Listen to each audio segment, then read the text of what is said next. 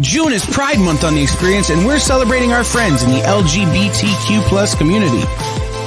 Join us June 5th and 6th as we kick off our Pride Month celebration with Experience Pride, a 2-day event featuring creators from the community as well as allies and friends. And then stay tuned all month as we continue our celebration of Pride. Only on The Experience, comics, culture, and sales.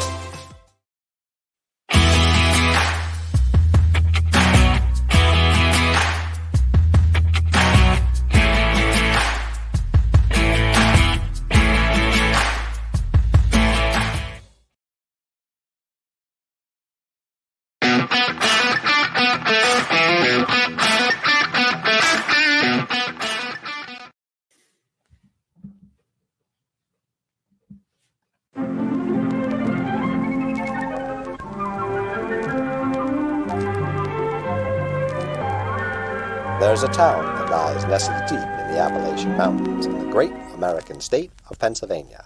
The name of the town is White Ash. With a town charter dating back to 1714, it's one of the oldest towns in the country. And as you can tell from how hard those smokestacks are puffing, it's also one of the coldest. Thankfully, the people of White Ash have a secret that's dark and very deep. A secret to keeping warm, bituminous coal. From bituminous coal as a product ingredient comes heat, power, transportation, and necessities and luxuries almost beyond count. And where, you might ask, does all that coal come from? The answer is places like Alden Mountain and towns just like White Ash, where it's dug from the mountains by the hardest working men in America, our coal miners. But while an industry supports the town supports the industry.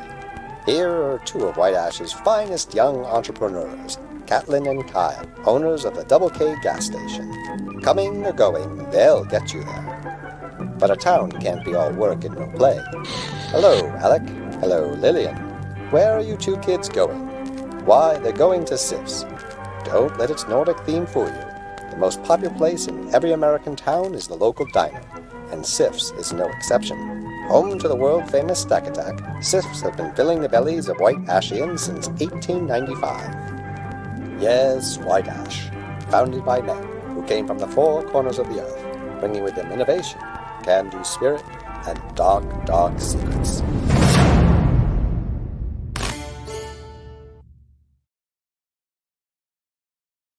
Well, so everybody, this is Talking Shop with Miss Jen. Of course, I am way too ugly to be either Miss Jen or our guests for this show.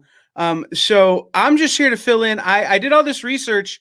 I was going to talk to our guest about, bituminous coal and coal country, because that's where my people are from. But rather than force you to suffer through that, I'm going to get the heck out of the way and bring on the people you're really here to see. Here is Miss Jen and Charlie Stickney from Scout. Hi, guys.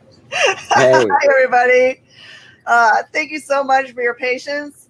It turns out driving from Oklahoma to Texas takes longer than I thought. Well, I'm sure it was also twice as much fun as you thought as well, right? It was so much fun. I got to see my family, which I have not seen for almost 2 years. That includes 3 nephews that have grown like weeds. So I was super excited to see them. So thank you, everybody, for your patience. I'm Miss Jen, and this is The Experience, and we're talking shop with Charlie Stickney. Hey, I'm glad to be here. I just want to say Happy Memorial Day, and thank you to anyone who's watching, who served, because I think we don't want to forget that. But I'm glad to be here, and I'm glad that you made it safely. And it's like a good day to think about family. And I know like this last year has been just crazy for everyone, pretty much like the last 18 months. So, like what a great way to, to reconnect and to hear that you were just seeing family. So I'm so happy for you.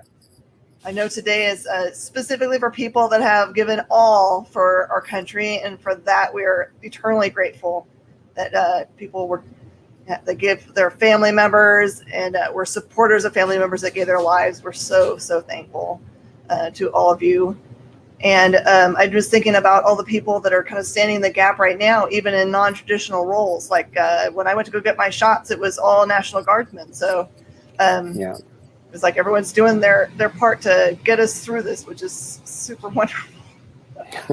And I feel like I just brought everything down here. No, I think it's an important thing to think about, because I think honestly, a lot of people, like, it's all about getting together with family and having, get the grilling going and stuff. But also, we should definitely remember what we're really doing today.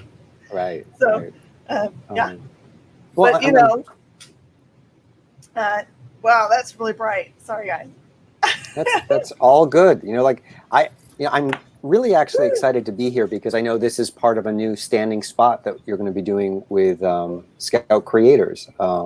And I think, at Scout, we're really excited to be able to be doing this with you, to give your viewers a chance to get to know us and our books. And I'm, for those of you who don't know, I'm also the co-publisher at Scout and a creator. So I kind of wear different hats. Today I'll be wearing a little bit of a hat of someone who has a book at Scout. But all the people who run the company are also creators. And I think that's one thing that sets us apart from some other companies, is we understand what it's like to be a creator and trying to get your stories to the marketplace. And that's part of the reason why the company was put together in the first place, was so we could help find, to scout out and find other people who had great stories that needed to be shared. I think that's something that I think people need to understand about Scout as a company, is that's part of our mandate of finding new voices and bringing them in, and and then helping people get to know them and bring them to the stores. Yes, I'm very excited. I keep seeing you guys make announcements about books that I have supported as like independently published things, and I keep seeing what you guys getting together with creators that have got things that I absolutely love, and every single time I'm just like, yes, Scout gets it. They're smart and they understand what really great writing and creatively made things are. So I think it's wonderful. How do you, as a company, connect with the projects you guys decide to go forward with? Well, I think that there's a couple of different things. When we have a traditional submissions process, where we do get a lot, probably anywhere between, on the low end, 5 projects a week come in, and on the high end, it's sometimes as many as about 15. And we have a board of about 7 that looks over those, and we're looking, first of all, we're looking for good stories, but we're also looking for good people. Because I think whenever you're trying to grow the brand of a company, if we don't bring in the right people, it reflects poorly upon other people who are already part of that brand. So you want to make sure that the people that you bring in to be part of the family are both immensely talented, but also good people who want to be part of what we're trying to build at Scout. And I personally came from the Kickstarter community a ways back. And that community supports each other, and so we're trying to foster the same kind of environment at Scout. So we're looking for team players, people who want to help support the other independent creators, and together as a collective, hopefully, we're stronger than individuals. So that's part of it. The other thing is, I'm pretty active on Twitter and other social media, so I reach out to people who are doing great things, and I say, hey, do you want to do some of those great things over at Scout? More lately, more people have been saying yes, which is great. And I think over the last year and a half, the general caliber of the projects that we've been putting out have been increasing. So where the baseline has come up, where the high end has come up, And I'm really proud of a lot of the books and that we're putting out. Well, I'm proud of all the books we're putting out, and just it's great to be able to work with so many amazing people. Yeah, I used to have a different view of what Kickstarter was, and I'm more and more coming to this view that I feel like Kickstarter is more a place for creators to have a proof of concept, so that people can see what the finished product would look like. It's a little easier to envision if you have at least a first issue in place with a bunch of different cool covers, kind of see the mood and tone of the project. I think that I see more and more people at least having a Kickstarter project, and then publishers finding them that way than just like out of the blue people showing up. Well, and I think it's also important for creators to think about what they're doing long term. So if they do something on Kickstarter, they're making sure the version that they could put out in the direct market later on is different, right? So, if on Kickstarter it's a black and white version, or, it's a big oversized 60-page book that's going to be broken into single issues with new pages. The Kickstarter can help them raise the bulk of their production costs, but then they can put out the first print really in the direct market. And that way both markets are being served and they're augmenting each other versus sort of, I think people originally thought, oh no, if something's being sold on Kickstarter, it's taking away from my store. But it's really not, because they're often very separate people. There are people who just buy books on Kickstarter. There are people who just buy books in the store. And the people who do both often support the project on Kickstarter and come to the stores. So, I think, I really think in terms of the ecosystem of comics, it's become a good piece to help grow, the stores, the retail shops, the publishers, if it's used the correct way. I can remember the day that I found out that you had been picked up by Scout as part of the team, in a very, very important part of the team. And I thought to myself, this is the smartest people on the planet, because I knew you from before and had interacted with you and knew how hands-on you were in making sure that retailers had what they needed to be able to carry your product, and were very interactive with our customer base.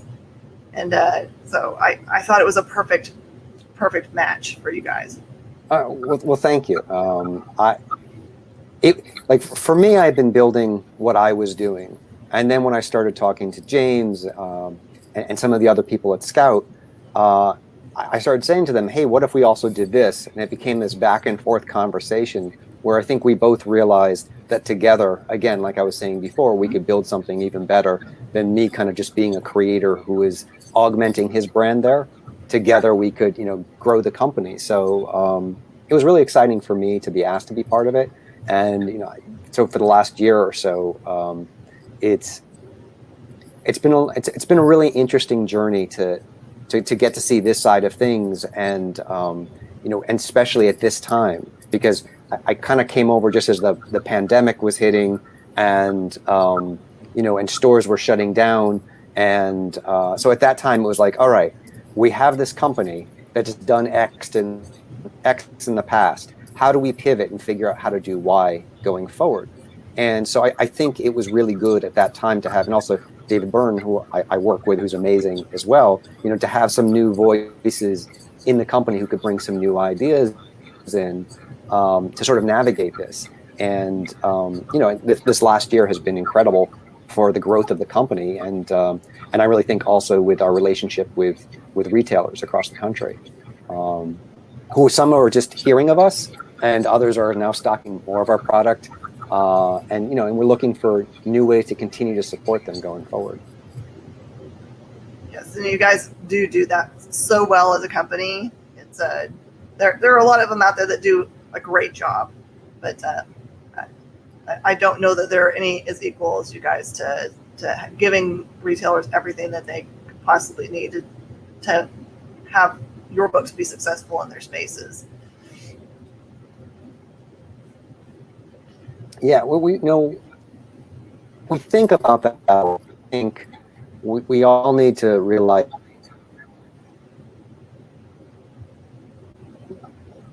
and I know it's like oh, it would make it so much easier for us. Retailers are thinking, oh, if the publishers would do X, it would make it easier for us. So we're constantly looking at that chatter and seeing, what can we do in the confines of who we are that will best serve that paradigm, but won't put us in a position where we can't deliver the things that that are helpful for you guys, making sure the books come,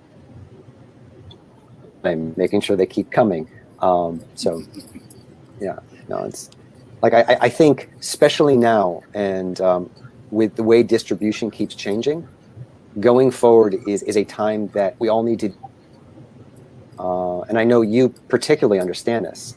That the dynamics of how to sell comics, of how to interact with customers, of how to reach people is an organic thing that constantly moves. And I think right now, in this last 6 months and going forward the next 6 months, there's going to be a lot of changes.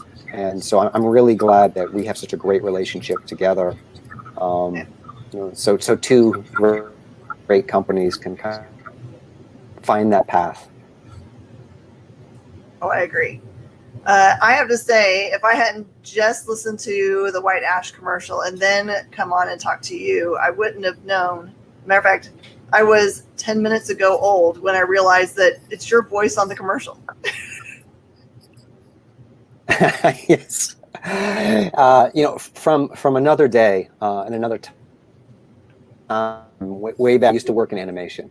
So I was an animation voice director and and producer. I produced some cartoons, and every now and then they needed me to fill in for the temp track to do it. So I would sometimes scratch things out. So I've done a little bit of voice acting, and occasionally things stayed in, but almost never. They could always find someone better to do. That's my general motto. I'll do it until I can find someone who can do it better. And I did my own art way back in the day also.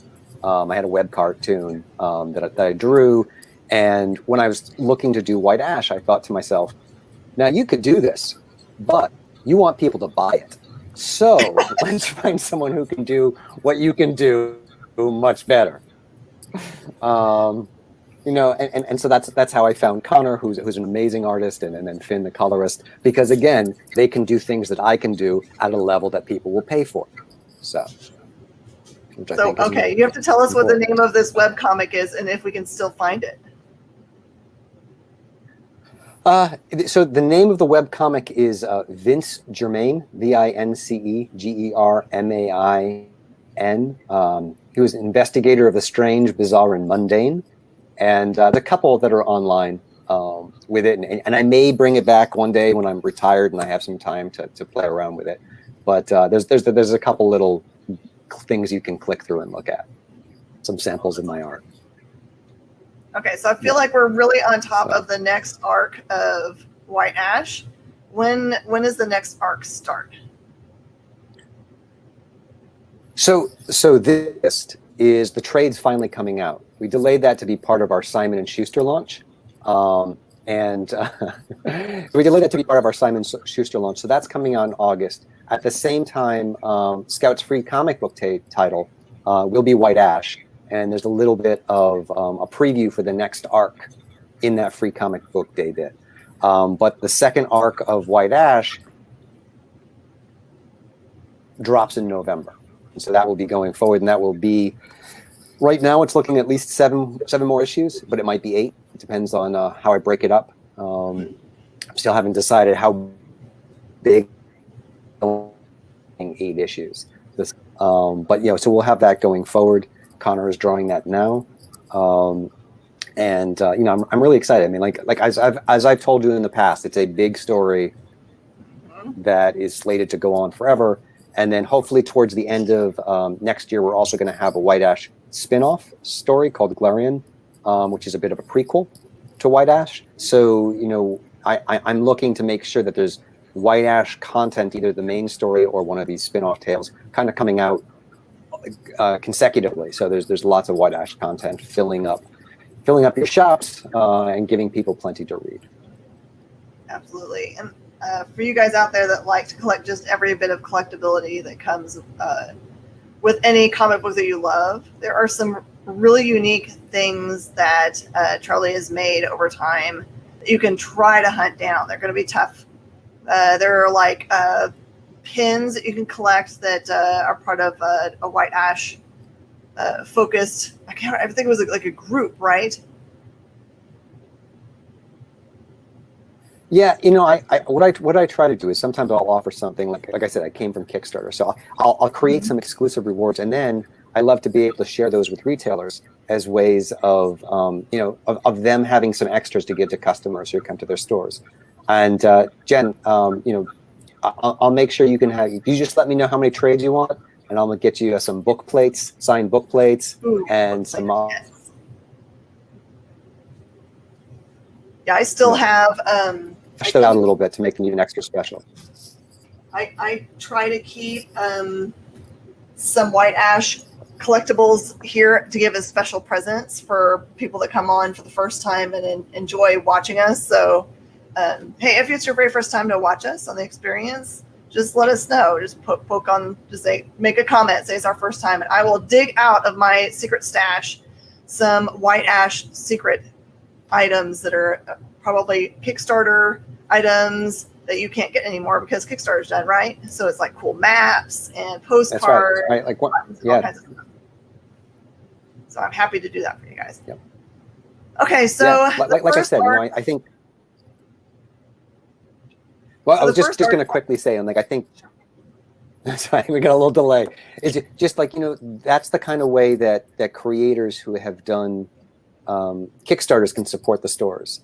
You want to take those things and maybe offer them to if you have 200 backers in your shops, in your campaign, you offer it to them. Then you never offer them again, and the only place people could get those extra rewards is the stores. So it's just ways of driving people to using those extras as exclusives to drive people to the customer.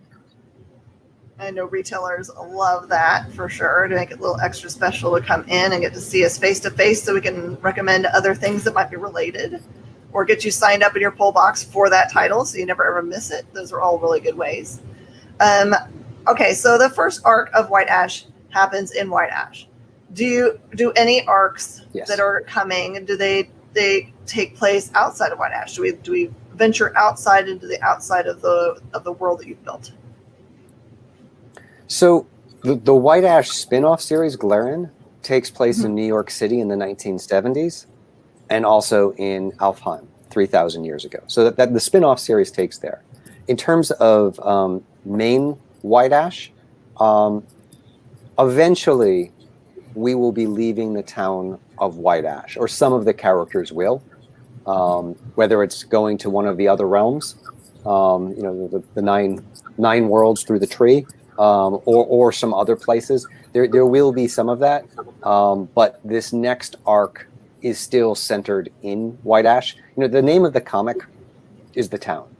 For those people who are hearing about White Ash, it's the town of White Ash. It's a rural town in Pennsylvania where if they say the smaller the town, the bigger the secrets. But here the secrets revolve around things from Lord of the Rings, fantasy. I don't want to give away too many secrets, but like I said, the White Ash spinoff Glarian follows one of the most dangerous elves in the world. So it's like if you like those kind of things but set in our world, that's kind of the gist of White Ash. But going forward there are journeys planned for other places, but at the end of the day the title was White Ash for a reason, because this town is a melting pot. It's also an immigrant story, and so White Ash is this town where all these it's really about the children of immigrants, and trying to determine what your path going forward is going to be. How much of that heritage do you embrace? How much is your new identity, and how what parts of the past you can actually let go of or still continue to define you. But at its core, it is like this. White Ash is this melting pot of different races, different species coming together, and about their kids. Yeah, your local comic shop should have issues 1 through 6 and Glarian on their racks, or definitely can get them from either just ordering through the regular distributor or getting them directly through Scout. So, and they are in stock, so it's not you're not going to find yourself without issues, except for maybe issue 4 might be short. And the trade right now is in previews. It's in previews right now. So if if your shop orders through Diamond and that's the way they get Scout comics, tell your store, I'd love to get a copy of the White Ash trade. And it's a nice trade too. It's one of the nicer trades that Scouts put out. We put a lot of extras in the back. It's a beefy 192-page trade for $20. So it's a good deal. Yeah, that's got really beautiful art style in it. This is the sweet hardcover edition that Charlie sent me as my personal copy. But it's just the most. Oh, there's a bunch of blood in there. Maybe not that one. We're gonna let's try some. Oh, here's a monster. I like the monsters. There you go. So it's like really great art. There's your main character. Yeah, and Connor, who's the artist on this, storytelling is his forte. Like he spends so much time choosing the right camera angles, the perfect moment to depict, and his posing, his emotion is just off the charts. So it's again, that's like when I say like you want to work with someone who can make what you do better. That's Connor. He definitely pluses the scripts that I have and brings them together. Panel kills me. So. And not a bad gift for someone that lives in the Pittsburgh area, because it's where it takes place. Yes, yes. The city doesn't actually exist. Yes. We do, we did do a lot of research into mining country, because we did want it to feel authentic to, those small towns around Pittsburgh that were built on the backs of people who worked in the mines. So there's also, some issues dealing with class and things that we go into a little bit with the book. And we will continue to go into going forward. Oh, yeah. It may not be the classes you're thinking of, but it does. It's all a parallel. It all makes you think deeply about those things. All right, Charlie, we've run out of time, but I do want everyone to be able to figure out how to connect with you if they wanted to follow you on social media. What is the best way to follow you? So the best way to follow me is at Charlie Stickney on Twitter. You can also always find me at Scout Comics, scoutcomics.com. If you send an email to the store, it'll come to me. But to access me directly, it's probably just at Charlie Stickney on Twitter. Wonderful. We're going to hear a lot more from the team at Scout and all their creatives. So just tune in every single Monday at this exact same time, and you'll see somebody new and hear about some new exciting projects that are going on. We thank Scout so much for coming on and being a part of the experience. And we're going to be right back. We've got Cullen Bunn waiting to talk to us about Basilisk. Oh, fantastic. I'm going to listen to that one. Thanks, Charlie. Stay in the room. That'll be good. Okay.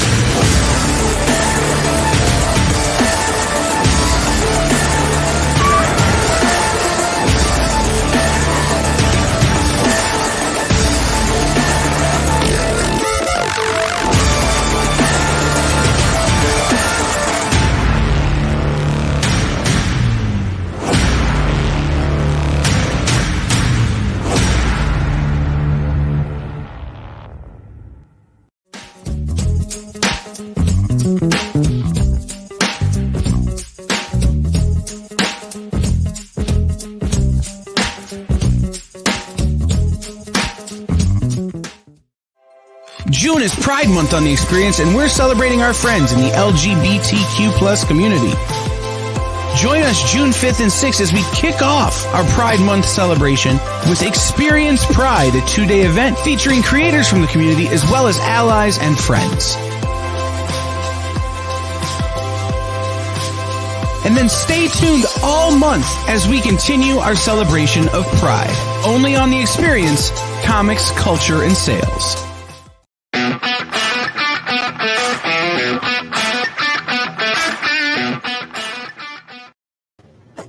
Hello, everybody, and welcome back to The Experience. We're into another awesome half an hour. We get to talk to our friend Cullen Bunn, who has a book coming out from Boom Studios in just 2 days' time. Basilisk. 2 days. Jen. How are you? Doing good. What's gonna go on the grill in a little bit? I got a couple of steaks a couple of steaks and some corn on the cob. You know, it's been a little bit since I've barbecued really, so I'm gonna try to do it up right. You're gonna do fine. I mean, what's the worst can happen, right? You could be a little bit overdone. Yeah, I've gotten to the point in my life where I get it right more often than I don't. So at least when it comes to grilling something, everything else it's a crapshoot. But with grilling, I do okay most of the time. We just got back. When I say just got back, at 30 minutes ago, we drove back from Oklahoma.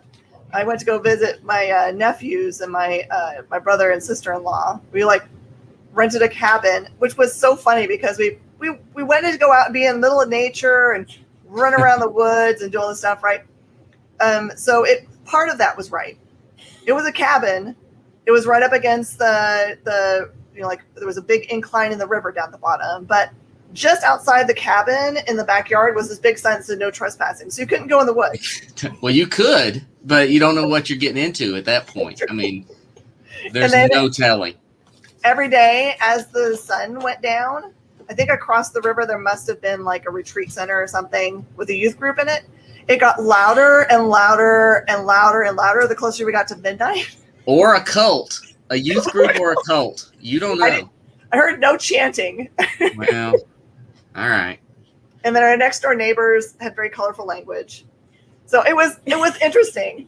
It was a very interesting, quiet getaway. Well, welcome back.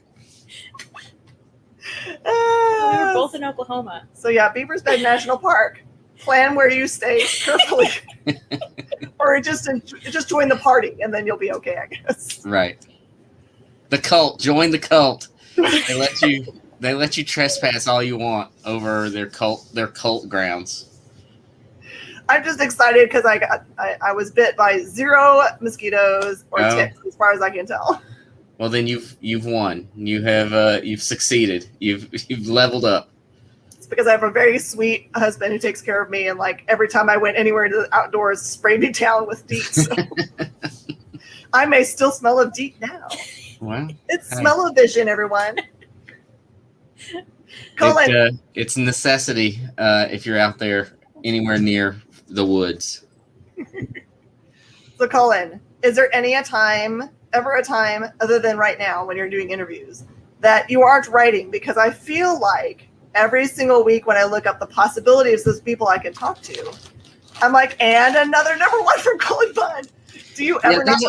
There's a lot of new stuff coming out right now, and some of it is, I think I might have mentioned it last time we talked. Some of it is stuff that was being developed prior to COVID, and then it kind of got on hold. So everything kind of built up, and now it's just all the floodgates are opening and they're spilling out. But at the same time, I'm always trying to put something new together, and I'm always working on stuff. I slept in this morning, and by sleeping in, I mean I sat up in bed and I worked on a couple of pitches and answered emails and things like that until I got up. It sounds so familiar. Yeah, I don't. It's I was just talking to my wife, and she was talking about going on a vacation where you sit and you relax and you do nothing, and I was like, that sounds terrible. I don't want to do nothing. I can't just be sitting doing nothing. It doesn't. It actually stresses me out more to be sitting and doing nothing. So I understand this fully. You're like, you just think to yourself, how many emails behind am I right now? Yeah, for sure. So Basilisk sounds really amazingly cool. So as far as I can tell, it's about a set of 5 creatures. Is that right? Yeah, it's a book I'm very excited about. I think I think people are going to love it. I think it's going to do very well. I think people are really going to get attached to these characters and attached to this story. But yeah, speaking of the woods, it's about a group of one misty morning in the hills of Tennessee. A group of 5 people wander out of the hills, and they wander into this small town. And in short order, they decimate this town. Everyone in the town is killed in horrifying ways. And it's the story of these 5 people. They are called the Chimera. Where they come from is a bit of a mystery that we're going to reveal as the series goes on. Each of them possesses a shocking and horrifying ability that is connected to one of the 5 senses, which was part of the fun of developing the story. It was fun to play around with it. If you think about it, someone who's the sense of sight, you can imagine how that might be weaponized and turn into a deadly ability. And that's really one of our main character, Reagan, has that ability. We've all heard the phrase, looks can kill. Literally, looking into her eyes will destroy you. I mean, it will kill you. And she's a character who is seeking redemption for what happened in that town. And she's out apart from the other 4 members of the Chimera. The other 4, there's Vanessa, and she has the power to kill through the sense of touch. There's Manny, who has abilities associated with the sense of hearing. There's Jimmy Boy, who has powers associated with the sense of taste. And that one, developing that power was really horrifying. Jimmy Boy is an awful, awful person and can do terrible, terrible things to people. Can't even imagine. And then there's Kara, who has abilities associated with the sense of smell.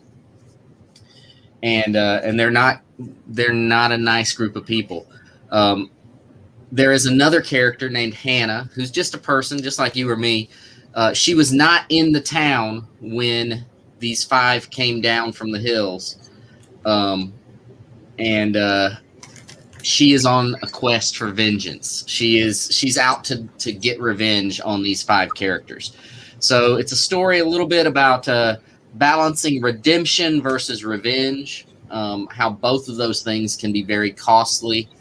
And it's going to be a 12-issue series following these characters. It's by the same team that did my book Bone Parish. So it's a beautiful book, and it's going to be, I think it's going to be there's a lot of action, there's a lot of horror, there's a lot of a lot of heartbreak in it. So is it meant to be from the point of view, like, are we meant to identify with the character of Reagan or the character of Hannah? So I think it's an interesting little exercise, because I think readers will immediately identify a little more with Hannah. She's going to be the easiest one to identify with.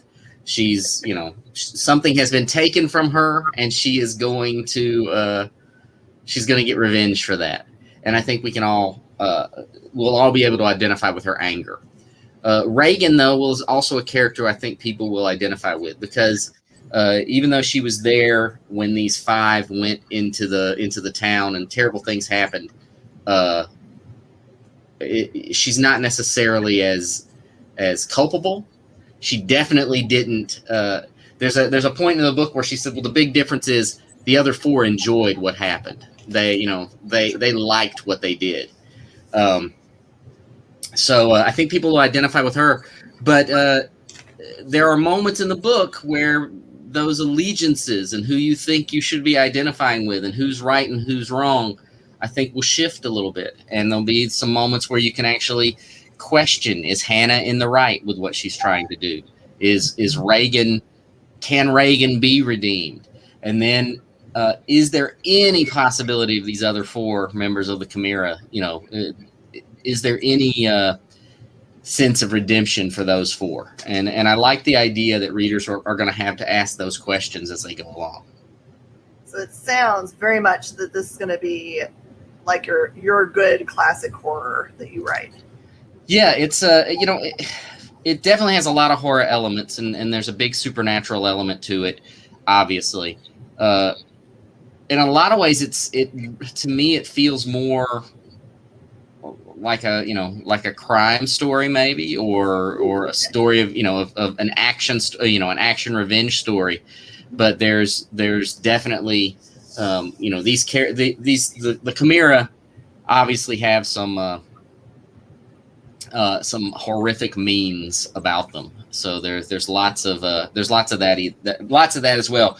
They're very much like a shark, swimming into populated area, a hungry shark swimming into a populated area. And as you can imagine, things get, there are moments of mayhem and chaos whenever they show up. Is there something that you were reading or watching at the time that inspired it? I don't know anything. Nothing jumps to my mind as far as what the inspiration was. I do remember a few years back driving back from a convention, and I was driving through Tennessee and driving through the mountains, and it was foggy. And I had this vision of 5 people wandering down through the mountains.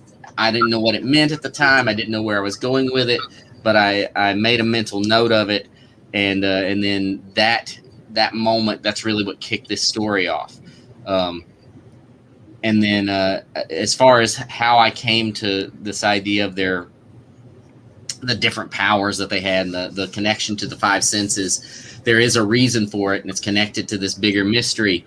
But it's I don't know where it came from initially. It just dawned on me at some point, I guess. And it probably started with Reagan and this power of sight. There's a lot of mythology baked into this. Jonas, the artist on the book, really wanted to add as much, as many nods to mythology as he could. And we definitely lean into that a little bit, because these characters are almost godlike in their abilities.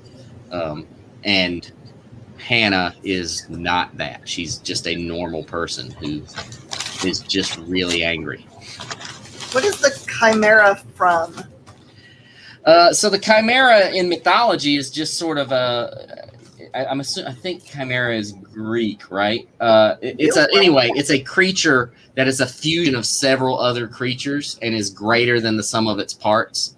So it has a lion's head and a snake for a tail or whatever. But yeah, the Chimera is this fusion of several different creatures. Terrifying, and it makes sense. It's a perfect thing to call them. Yeah. What have to into the meat? Oh, okay. So Hannah's pulled it up. It's winged and has a dragon's tail and a ram's head and a dragon's head and a lion's head. Yeah, it's a bunch of. It's a big jerk. What a big jerk. What a big jerk. Yeah. Does it say that underneath the description, underneath the picture? Chimera, big jerk. That's what it. Yeah, that's what it should be called. Is it? Do you know how many issues long that you have planned it out? Yeah, so it's going to be 12 issues, just like Bone Parish. It has a definitive ending. So we'll get into it. You'll take a ride with these characters, and then at the end, the story does come to a close at issue 12. Oh, that's perfect. I think it's Kyle talking as a producer, saying the Chimera are great bad guys for RPG games. Yeah, well, I mean that's where they come from. I used to have a Presto Magics set from Dungeons and Dragons that you would put little dry rub transfers, and I had a Chimera one. I'm sure there was a Chimera in there. I know exactly what you're talking about too. Big jerks. They came with a little stick to rub it. Oh yeah, they always. They were great. They were great toys. I wonder if they make anything like it anymore. It's like I don't. Might not know what they are at all. Yeah, I think most people don't know what Presto Magics are anymore, and it's too bad. And there was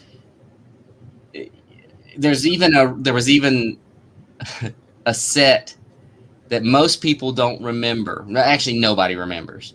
But there was a set that was very much like 2000 AD comics. There were 5 different sets. You can look these things up, and they are amazing. I mean, it looked like they had taken it was a bunch of artists from 2000 AD in the 80s that created these Presto Magic mats and the transfers, and they were amazing. They just looked awesome, and I highly recommend people go look them up. You can find them online if you look up. I think they were called Galactic Task Force, and they were amazing. I found a set on eBay a few years ago, but it was just ridiculously expensive. There was an unused, like all 5 of the sets, and I really wanted them. But I couldn't justify spending $500 for a toy that I would never even take out of the plastic.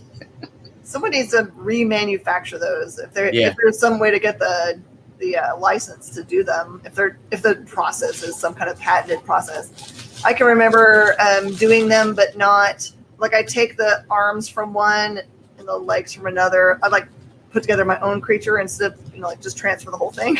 Oh yeah. No, there was a lot of fun. I used to make comics when I was in 5th grade for all my friends. I did a weekly comic book, and I did it. I wrote and drew it, and I would print them on my dad's photocopier.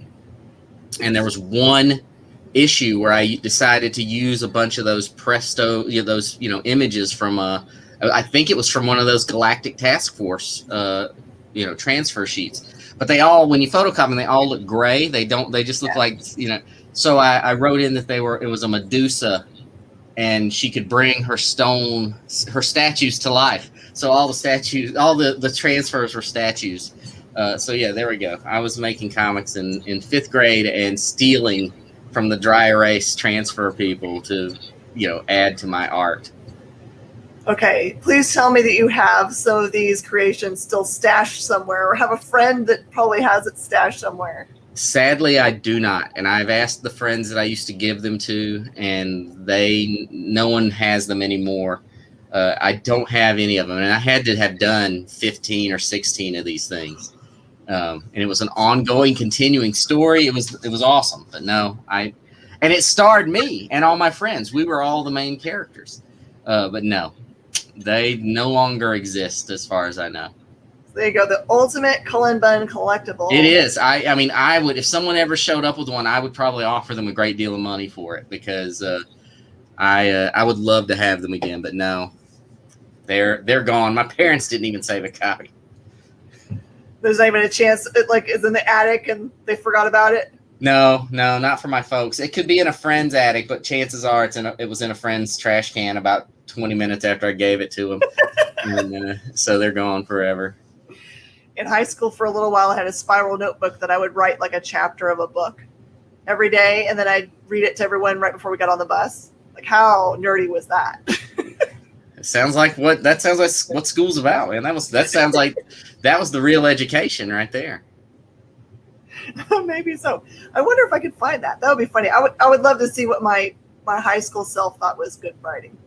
Oh yeah, I have a fantasy novel that I started to write in middle school, and I wrote maybe 3 or 4 chapters, maybe 5. But I have those, and I did look through them not long ago, and it will never ever be shared with anyone, not even as a joke. It was not good. So what did you see in it that you were like, that doesn't make any sense, right? It was just dumb. I mean, it was obviously whatever Dungeons and Dragons game we played that week, and I just decided to try to write a novel about it, and it didn't make for good novel. It wasn't good material for a novelization. Oh no! It was like Lord of the Rings if the Fellowship of the Rings were all really dumb kids. It was just really dumb. Do you have any stashed manuscripts that you're like, someday I'm going to go back and fuss with this and make it what I really wanted it to be when I started it? I keep all of that stuff. So yeah, I've got tons of that. I've got tons of half-finished stories and half-finished novels and, sentences that I started to write something and I didn't do anything with it. And I go back to it frequently. I don't know that I ever go back with the idea of I'm gonna clean this up and rewrite it. But I do go back occasionally just to see if there's anything I can mine from it, as inspiration. Okay, so you said earlier that you were on a trip and you went through Tennessee and you had this vision of 5 people walking out of the woods, and then you put it in your mental space.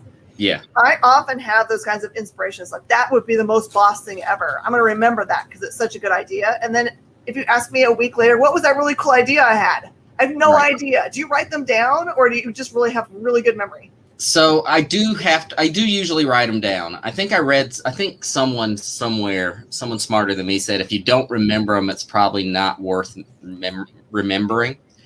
I don't know if I agree with that 100%, because I do write most of them down. I have a little notebook that I keep. I have several notebooks that I keep these notes in. My iPhone is full of 1 or 2 line ideas that I've written down. I just collect them, and it becomes just this huge note file. And back before iPhones, I had a little digital recorder that I would I kept in the car so that I could take notes if I thought of something. I was like, note to self: 5 people walk down out of the mountains. And talk about something that probably sounds just like the rantings of a lunatic. If you can find one of those digital recorders and it's just, honeybees, it's just weird, 1 or 2 words I'm speaking or whatever. But that's the way those ideas work for me. And I keep, I keep lists of words, just random words that I sometimes will pick a word from and try to come up with a story about. And I have notebooks and notebooks of that stuff.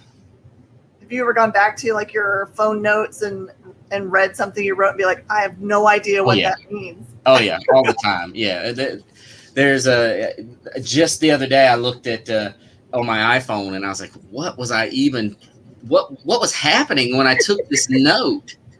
And I can't remember I thought it was something I was driving through, and I thought, oh, this will make a great element to a story or something. And now it's just some rambling sentences, and I have no idea what they mean or what they were for.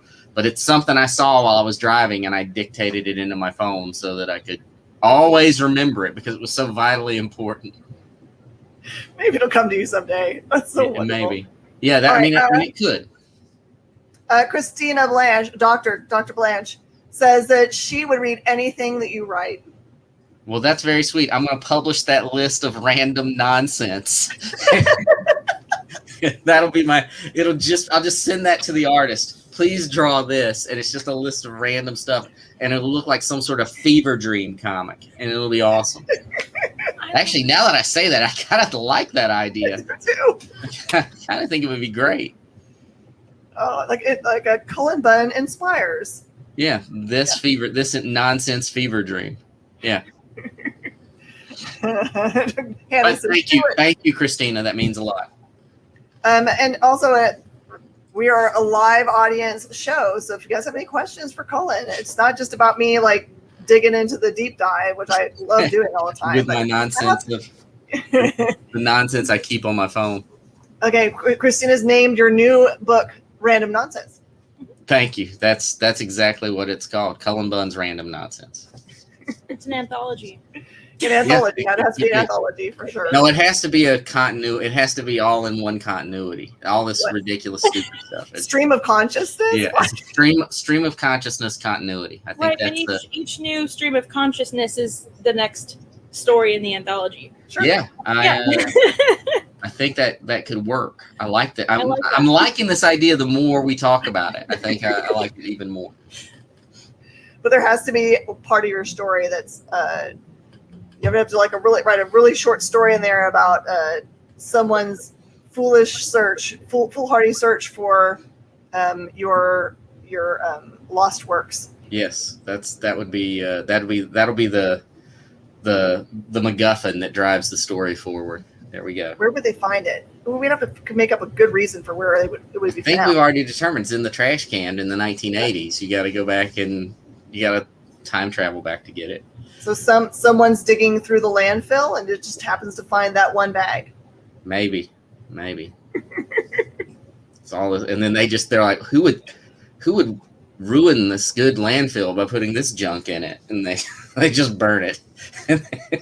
I found really cool things at antique malls that were like that, where I bought it was some obviously young person's like not diary, but just like a memory book where they like took clippings and wrote down things that they were thinking, or little poems or whatever. Oh, yeah. But it was like from 1918, so it was like a true insight into that era for what they thought was super cool or what was stressful to them. Well, yeah, I mean, it's I used to draw in all my books, and it's I've shared this story elsewhere. When I was a kid, I played a lot of Dungeons and Dragons, and I had a copy of Deities and Demigods, which was one of their books that had all the the different mythologies in it. And there was a first edition that had 2 sets of characters that they didn't have the copyright for. They put the Cthulhu mythos in it, and they put the Elric mythos in it, and they weren't supposed to do that. So in future editions, they cut those sections out. Also, the coolest section of the book. Yeah. But I took that book to the boys club with me, where I played D&D with everybody, and I loaned it to a friend, and he loaned me a book. And like 2 weeks later, he comes back and I say, "Hey, can I get my book?" And he says, "Oh, I loaned that to somebody else." And I never saw it again. And when I replaced the book, they had reprinted it without the stuff I really liked in it. And I used to draw little dragons in the covers of my books, inside covers. And on eBay, years later, 20 years later, I went on eBay looking for this book on a whim, just looking for a copy with those characters. I knew it was expensive. And the guy said, "This book's in great shape, except someone has drawn on the inside cover." And he showed pictures. He said, "Let me show." And he says, as an example of what's drawn, he showed the pictures of my dragons that I drew. Please tell me about it. And this was it had to be 25 years later. And I went and I was like, that's the reason I wanted. He cut the price because it had been drawn in. And on what he didn't know is I really wanted that book more than anything because it was my copy that I had drawn in.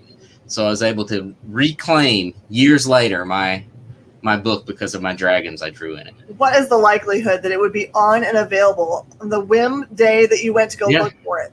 And I was searching. I didn't have money to go buy a rare D&D book, so it was just a day. I was like, I wonder what that book's going for, and there it is. It was crazy. That's crazy awesome. All right, so it's super easy, obviously, everybody, to follow Cullen because he has his social medias rolling on there. And definitely do get in contact with your local comic shop because you definitely want to put Basilisk on your list for this week. Because I have a feeling, even though Boom makes giant print runs of things, it'll be fine. Recently, Boom has been selling out of everything because they've been picking the very best projects. So I would let them know ahead of time that you would like a copy of that book because it has really pretty A and B covers and there's some cool special covers that are out there as well. Yeah, the variants are really cool. It's just such a pretty book. I mean, I thought Bone Parish was gorgeous, but Jonas is he's gone, he's light years ahead with this book. It's a really pretty book. I think people are really going to like it. And you know what you're getting into. 12 issues and you will have your story told. Absolutely. Thank you so much, Cullen, for being willing to come on again and hang out with us. Yeah, we're eventually going to talk about everything that ever happened in your life. Yeah, that's fine. I enjoy talking about that kind of stuff. So we'll talk next time when Cullen's Book of Nonsense is released, right? Oh yeah, totally will. I know that it looks like Dr. Christie wants you to come out to Oh Yeah Comics and hang out with her. Once I get traveling again, let's do it. Yep. There it is. There it is. Yeah, as long as there was I think the last time Cindy and I were there, we had margaritas at this cool little Mexican place. As long as that place still open, that's my hope. So that's see. What Dr. Chrissy does. She brings everybody in with the promise of really good food. That's right. Well, that's what you have to do. That's the key. All right, everybody. Thank you so much. And thank you so much again, Cullen, for joining us. We'll see you guys in just a couple of minutes. I've got a really crazy show coming on for you guys. Stick with us. June is Pride Month on The Experience, and we're celebrating our friends in the LGBTQ+ community. Join us June 5th and 6th as we kick off our Pride Month celebration with Experience Pride, a 2-day event featuring creators from the community as well as allies and friends. And then stay tuned all month as we continue our celebration of Pride. Only on The Experience, Comics, Culture, and Sales.